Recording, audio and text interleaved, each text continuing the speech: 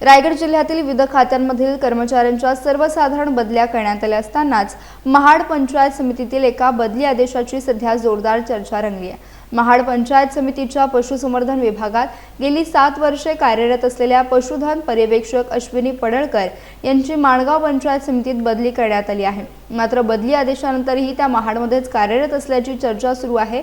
दरम्यान पंचायत समितीच्या सर्वसाधारण सभेत या विषयावर चर्चा झाली। पडळकर मॅडम तालुक्यात चांगले काम करत असून त्यांच्या जागी दुसरा अधिकारी नियुक्त होईपर्यंत त्यांना येथून जाऊ देणार नाही, असे मत सभापती प्रेरणा सावंत यांनी व्यक्त केले।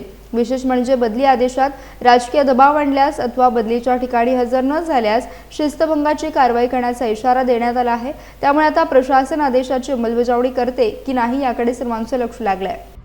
की पडळकर मॅडम यांचं काम तालुक्यामध्ये चांगलं आहे, परंतु आता पाऊस काही दिवसातच पावसाचं वातावरण होणार आहे।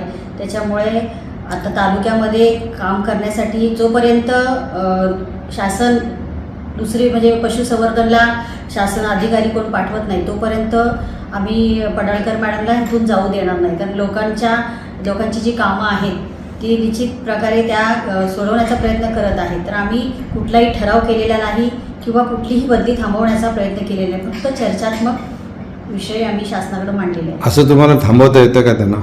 नाही असेल तरी पण ते येतात काम करतात म्हणून तेवढीच इच्छा आहे, बाकी बदली थांबवण्याचा आमचा अधिकार नाही ना।